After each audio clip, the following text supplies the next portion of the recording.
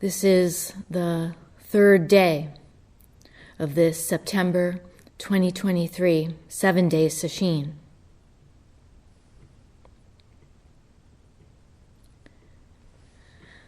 Previously, we explored a couple of Chan masters from the Song dynasty, which was a major period in the development of Zen as we practice it today. Today we're going to shift to the writings of a 20th century American Zen teacher, Charlotte Joko Beck.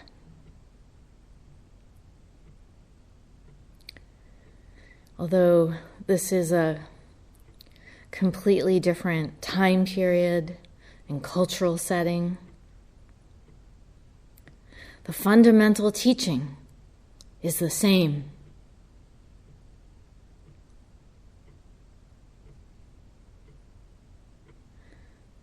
Actually, perhaps what's different today is that there's greater attention given to lay or householder practice.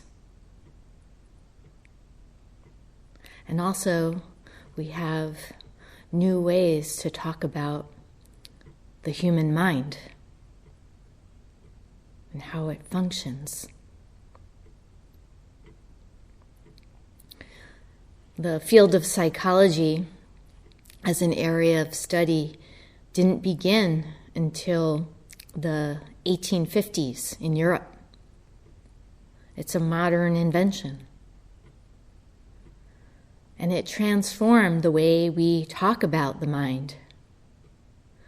We now have a mental map and a whole language, a whole set of terms for understanding how the mind functions differently from the brain, the physical stuff inside our skull.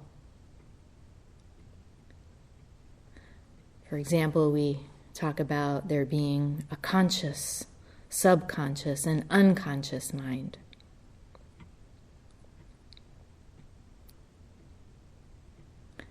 Whereas the brain is physical, you can see it,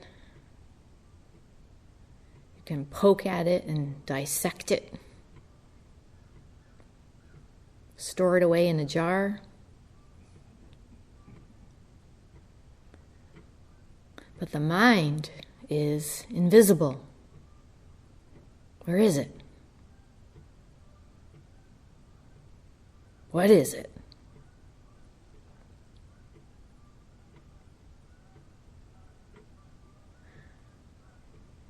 I'm going to read from what has become a contemporary classic text, Everyday Zen, Love and Work by Joko Beck. It was published in 1989, and she did go by the name Joko.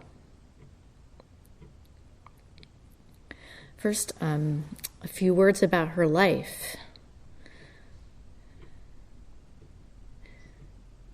And this is from an excerpt of an obituary notice that was published in the publication Lion's Roar. Joko Beck was born in New Jersey in 1917 and died in 2011. She studied music at the Oberlin Conservatory of Music and worked for some time as a pianist and a piano teacher. She married and raised a family of 4 children, then separated from her husband and worked as a teacher, a secretary, and an assistant in a university department. She began Zen practice in her 40s with Taizan Maizumi Roshi, from whom she received Dharma transmission. She also worked with two other prominent teachers for a period of time. Yasutani Roshi, who was Roshi Kapleau's primary teacher, and she also worked with Soan Nakagawa Roshi.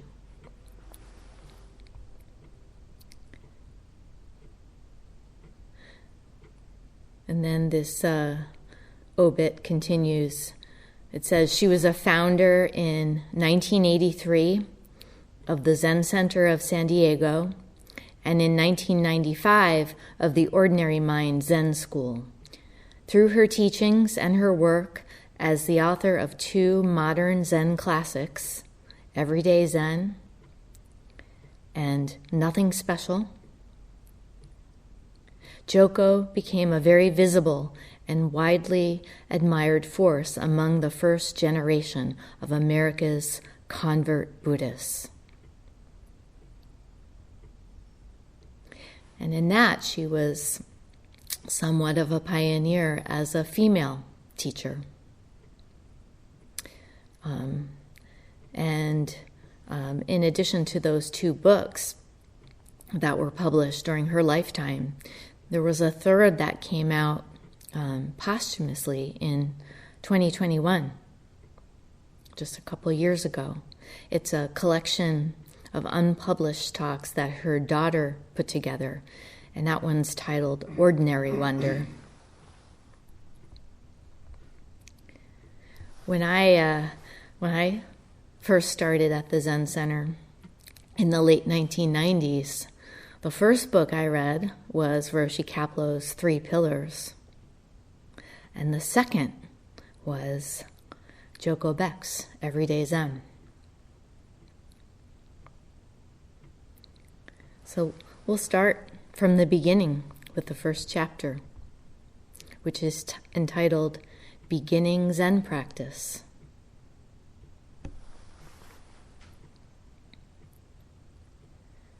She says, "My dog doesn't worry about the meaning of life.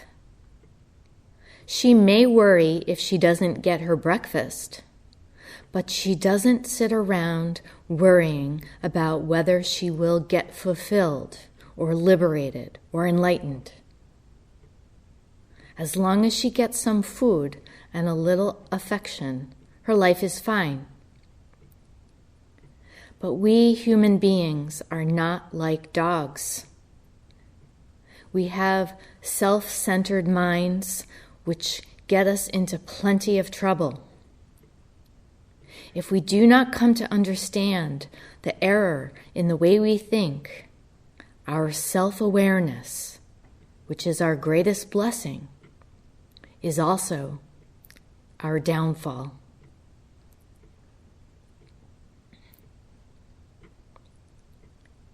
It's so true that dogs are great role models for practice.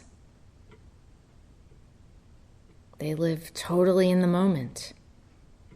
They don't see themselves as lacking anything. They don't see themselves as downtrodden. Even when they're tired or sick.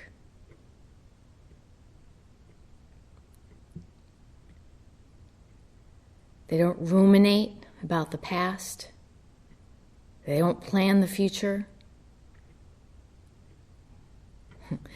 Although they do seem to have an internal clock of some kind when they know when it's treat time.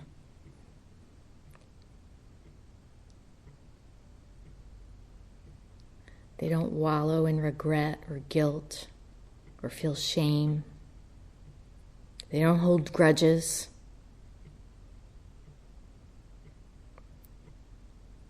And they're pretty good at concentration as well, especially when it comes to chasing after something. My partner Tom and I used to have two rescue greyhounds. They were magnificent.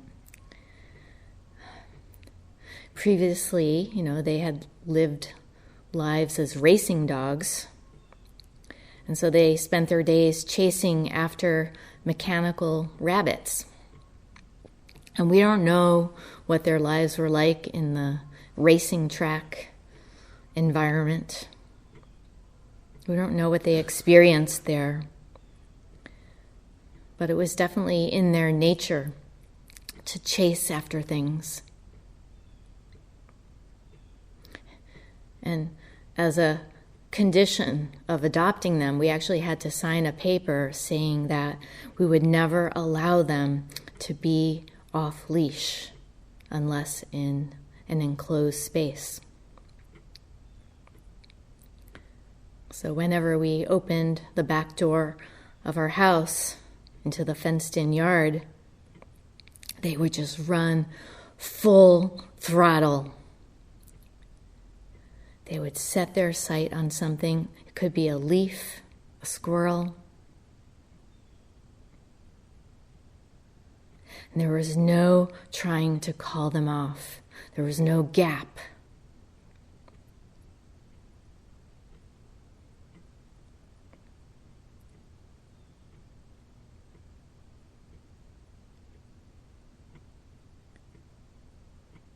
And for the cat people out there, we can say some similar things about cats.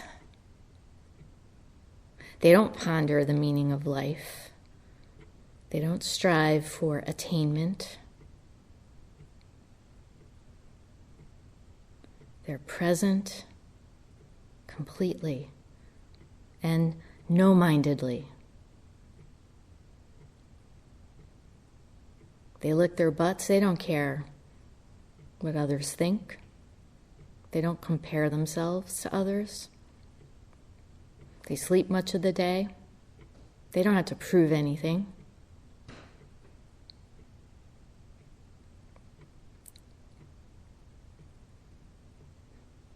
And as for Zazen, if you've ever seen a cat lying down, appearing to be sleeping, its body totally relaxed, its eyes either closed or, kind of unfocused. Doesn't look like they're doing anything. And yet, if you look at their ears are totally alert, totally in tune with any sound.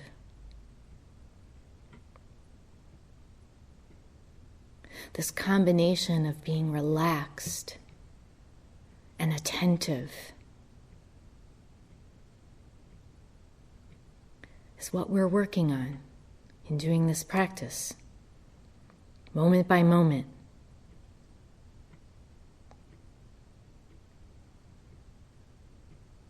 And yet, we humans tend to complicate things by living our lives through the filter of thoughts.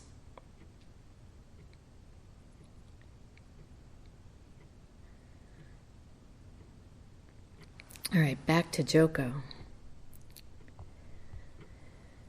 She says, to some degree, we all find life difficult, perplexing, and oppressive. Even when it goes well, as it may for a time, we worry that it probably won't keep on that way.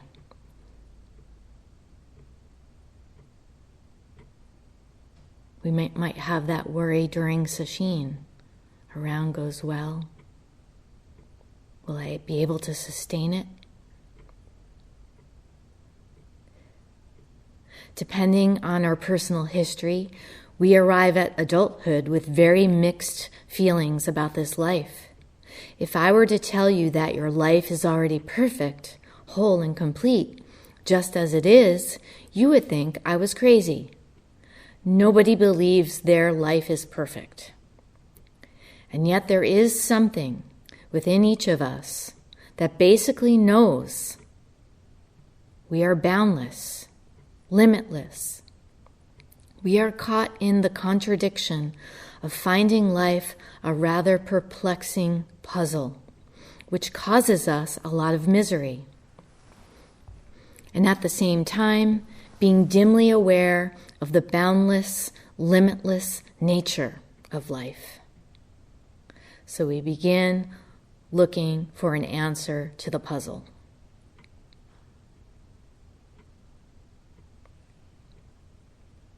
Yeah, we do seem to treat life as if it's a puzzle. You can imagine all the times you've found yourself feeling uncertain and looking for a resolution. Should I get a new job or not? Should I move to a new place? Should I get involved in a relationship?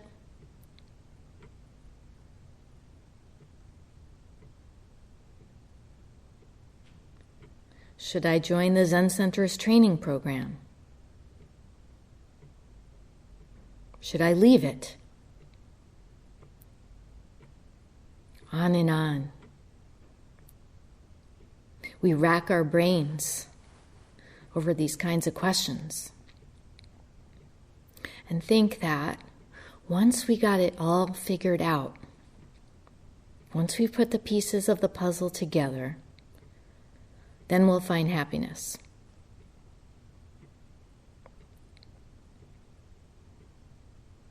But then we discover it doesn't work that way. Sure, some change in routine or lifestyle can be worthwhile and even necessary, depending on the circumstances. But if we think that's what's going to bring us lasting happiness, that's delusion.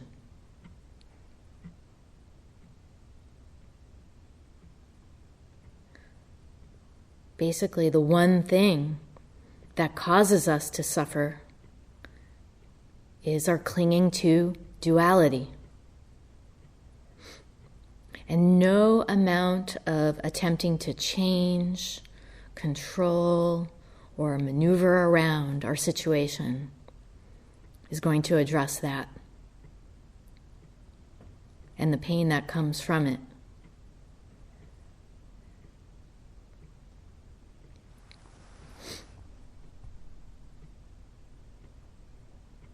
Joko says, the first way of looking is to seek a solution outside ourselves. At first, this may be on a very ordinary level. There are many people in the world who feel that if only they had a bigger car, a nicer house, better vacations, a more understanding boss, or a more interesting partner, then their life would work. We all go through that. Slowly, we wear out most of our if-onlys. If I only had this or that, then my life would work. Not one of us isn't, to some degree, still wearing out our if-onlys.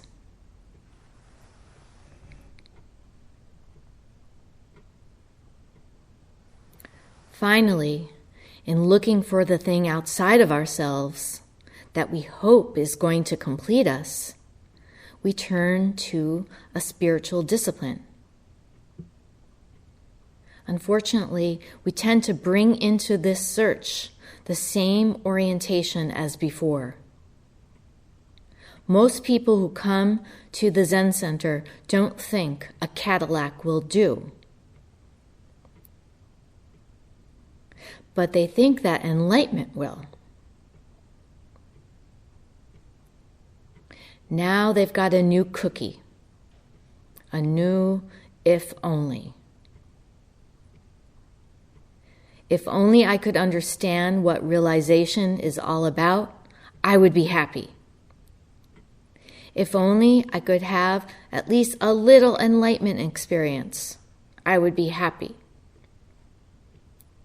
Coming into a practice like Zen, we bring our usual notions that we are going to get somewhere, become enlightened, and get all the cookies that have eluded us in the past.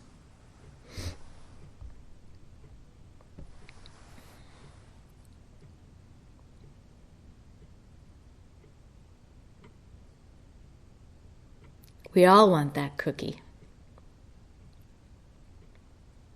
It's why we come to sesshin over and over.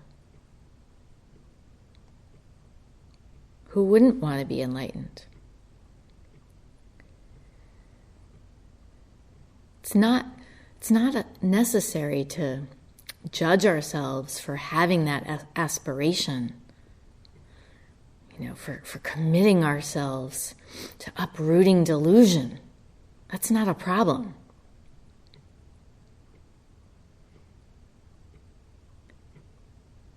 But sooner or later, as our practice matures, we come to see that we're clinging to it as a goal.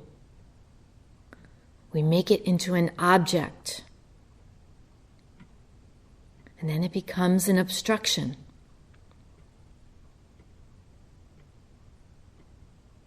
And on top of treating it as a goal, as an end result, we might even set a timetable.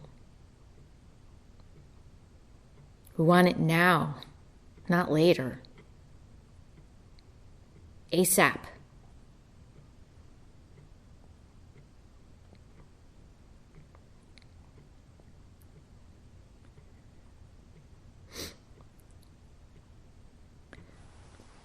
Joko says, our whole life consists of this little subject looking outside itself for an object. But if you take something that is limited, like body and mind, and look for something outside it, that something becomes an object and must be limited too. So you have something limited looking for something limited. And you just end up with more of the same folly that has made you miserable. We have all spent many years building up a conditioned view of life. There is me, and there is this thing out there that is either hurting me or pleasing me. We tend to run our whole life trying to avoid all that hurts or displeases us, noticing the objects, people, or situations that we think will give us pain or pleasure, avoiding one and pursuing the other. Without exception, we all do this. We remain separate from our life, looking at it, analyzing it, judging it, seeking to answer the questions. What am I going to get out of it? Is it going to give me pleasure or comfort, or should I run away from it? We do this from morning until night.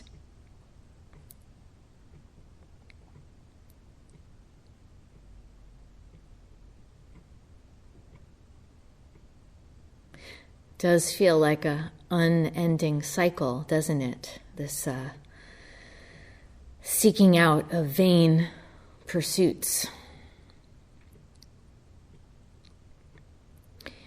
In psychology, it's called hedonic adaptation.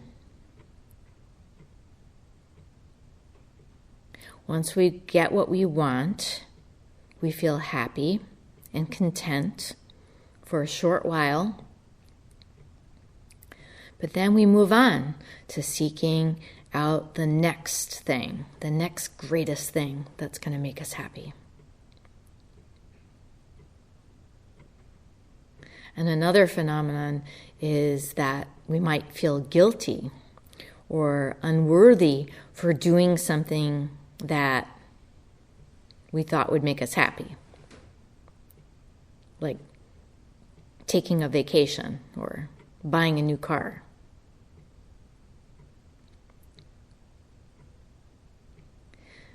So we're unhappy if we don't get what we want, but we're also unhappy when we do get what we want. Where does that leave us?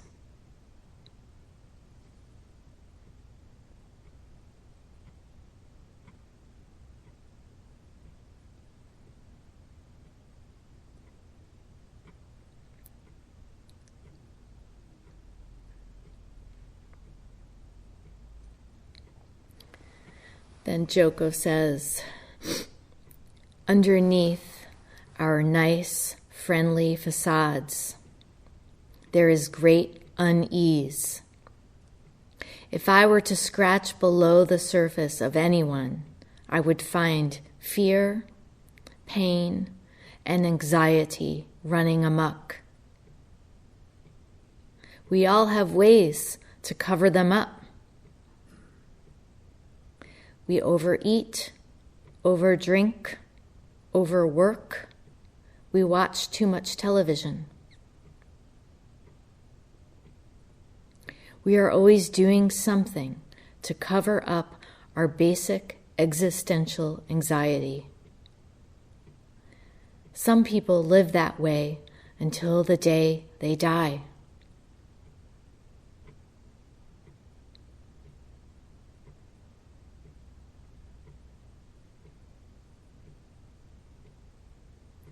As the years go by, it gets worse and worse.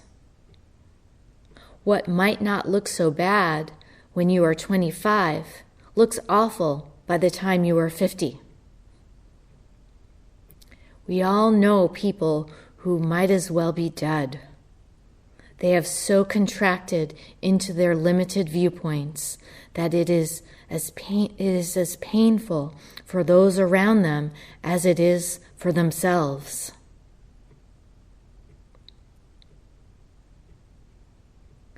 The flexibility and joy and flow of life are gone. And that rather grim possibility faces all of us, unless we wake up to the fact that we need to work with our life. We need to practice. We have to see through the mirage that there is an I separate from that. Our practice is to close the gap. Only in that instant, when we and the object become one, can we see what our life is.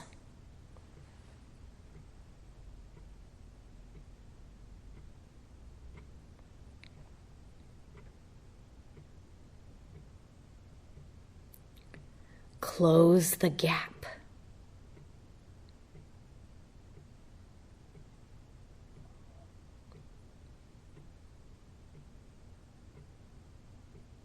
That's what we're doing each time we make that choice to return to our practice. Each time we've noticed that we've dropped it and return, we're closing the gap.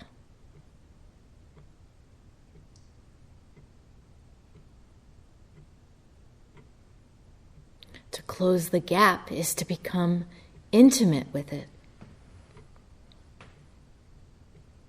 And it's the intimacy of not knowing.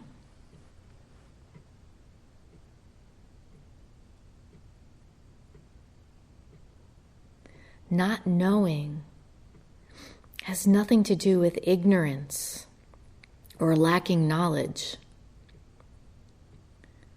Rather, it's not holding onto any thoughts or feelings that arise. Letting them come and go, all on their own, not engaging with them, not separating ourselves from life as it is in this one moment.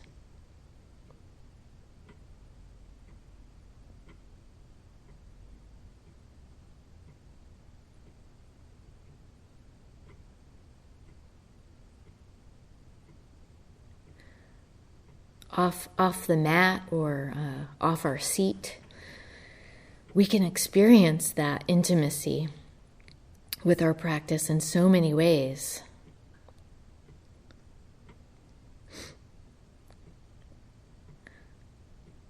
The simple awareness of your hands resting in your lap.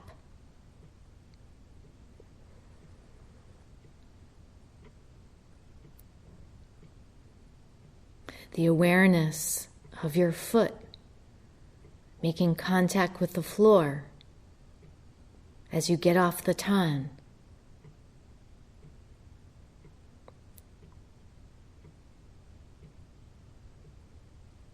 Picking up a cup and pouring water into it.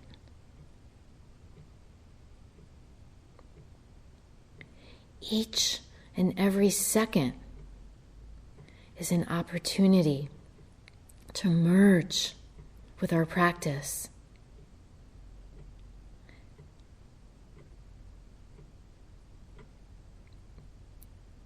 And it's really critical to keep our practice continuous in this way. During break periods, during kinhin, during all the transitional points of the sesshin schedule. So we don't widen the gap. And if we do widen it, which we probably will, but when we do, all we got to do is return our attention. And then we close it.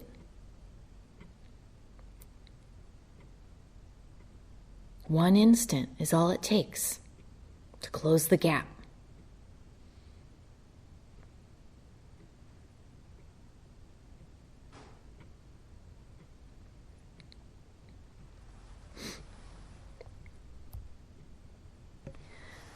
And Joko goes on, enlightenment is not something you achieve. It is the absence of something. All your life, you have been going forward after something, pursuing some goal. Enlightenment is dropping all that. But to talk about it is of little use. The practice has to be done by each individual. There is no substitute. We can read about it until we are 1,000 years old, and it won't do a thing for us. We all have to practice. And we have to practice with all our might for the rest of our lives.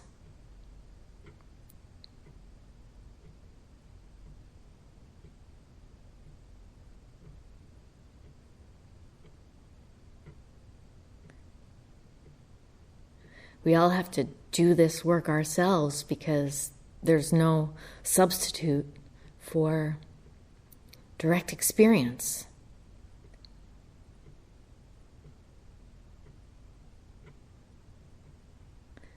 Words, concepts, thoughts, they remove us from the intimacy of this.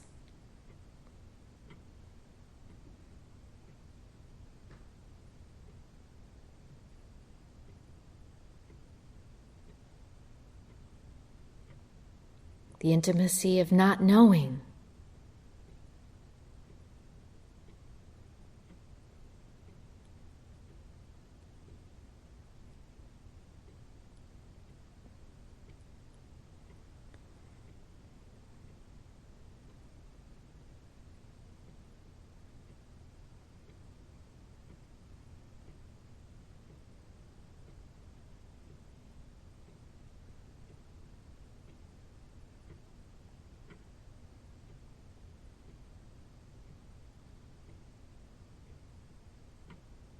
What happens when we let life unfold moment by moment, meeting it, uniting with it right there?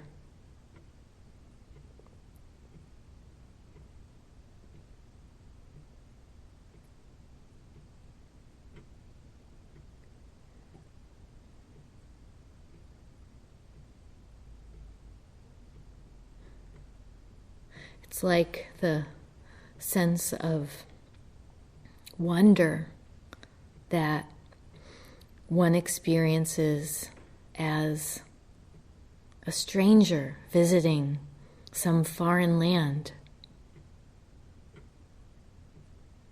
You don't know the landscape. You don't know the language, the customs. You don't know anything. You're seeing everything for the first time.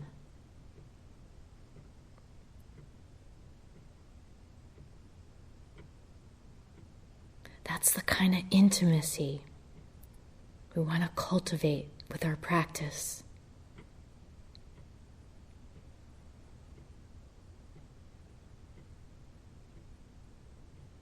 And it's not a one-shot deal, as much as we'd like it to be. We've got to commit to closing that gap over and over and over and over.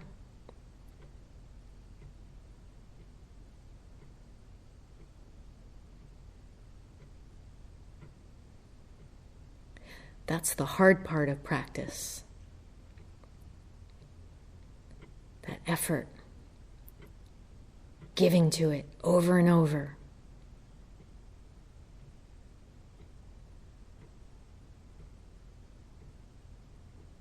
But each and every one of us is capable of doing it. Especially now at this point in Sesshin. Thoughts are starting to settle. Sure, they swirl around and they come and go. At times it might feel like you're overwhelmed by them, but that's just on the surface. Underneath that is bright clarity.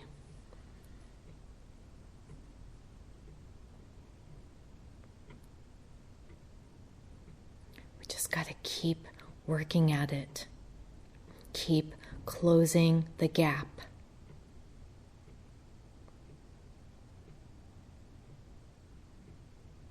Not to get anywhere,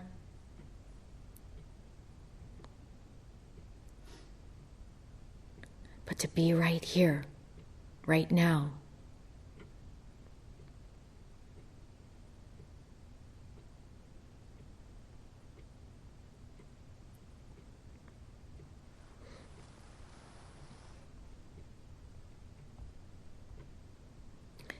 Next, Joko says, what we really want is a natural life.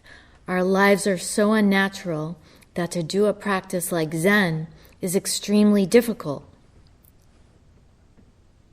But once we begin to get a glimmer that the problem in life is not outside ourselves, we have begun to walk down this path. Once that awakening starts, once we begin to see that life can be more open and joyful than we had ever thought possible, we want to practice. We enter a discipline like Zen practice so that we can learn to live in a sane way. Zen is almost 1,000 years old, and the kinks have been worked out of it. While it is not easy, it is not insane. It is down to earth and very practical. It is about our daily life. It is about working better in the office, raising our kids better, and having better relationships. Having a more sane and satisfying life must come out of a sane, balanced practice. What we want to do is to find some way of working with the basic insanity that exists because of our blindness.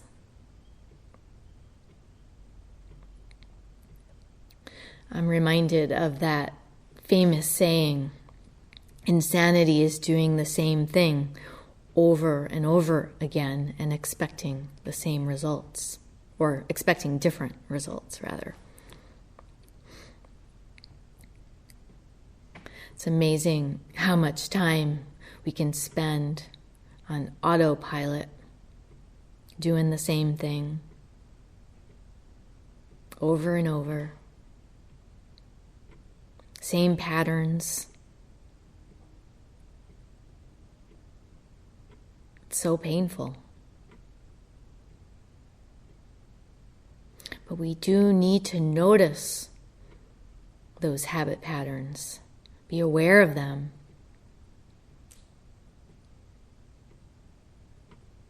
In order to move beyond them.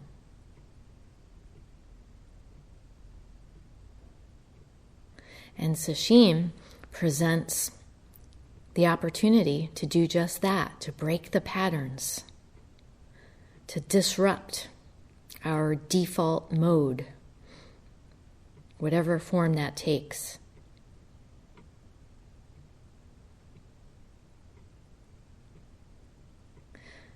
It requires us to simply let go of all our attempts to be in control.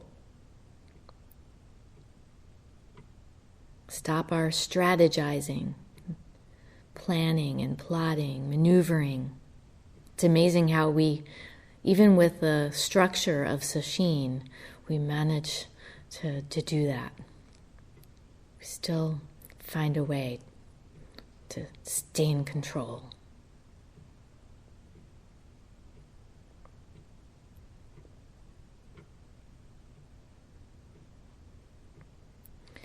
Then she says, it takes courage to sit well. Zen is not a discipline for everyone. We have to be willing to do something that is not easy. If we do it with patience and perseverance, with the guidance of a good teacher, then gradually our life settles down, becomes more balanced. Our emotions are not quite as domineering. As we sit, we find that the primary thing we must work with is our busy, chaotic mind. We are all caught up in a frantic thinking, and the problem in practice is to begin to bring that thinking into clarity and balance. When the mind becomes clear and balanced and is no longer caught by objects, there can be an opening. And for a second, we can realize who we really are. But sitting is not something that we do for a year or two with the idea of mastering it. Sitting is something we do for a lifetime. There's no end to the opening up that is possible for a human being. Eventually we see that we are the limitless, boundless ground of the universe.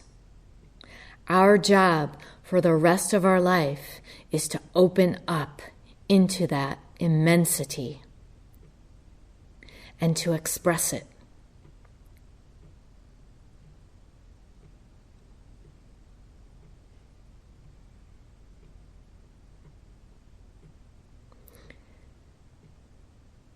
Having more and more contact with this reality always brings compassion for others and changes our daily life. We live differently, work differently, relate to people differently. Zen is a lifelong practice. It isn't just sitting on a cushion for 30 to 40 minutes a day, or 10 or more hours a day, as we were doing in Sesshin. Our whole life becomes practice 24 hours a day. So that's the long view of practice. It's our life. But there's also a short view. And that's the immediacy, the intimacy of this one moment.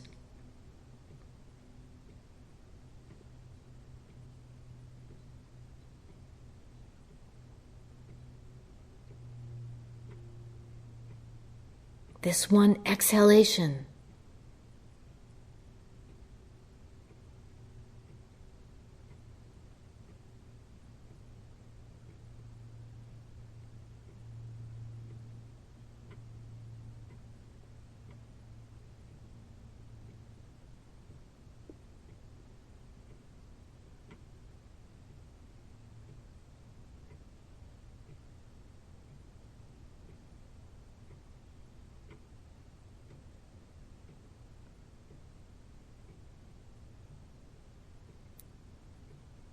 We'll stop here and recite the 4 vows.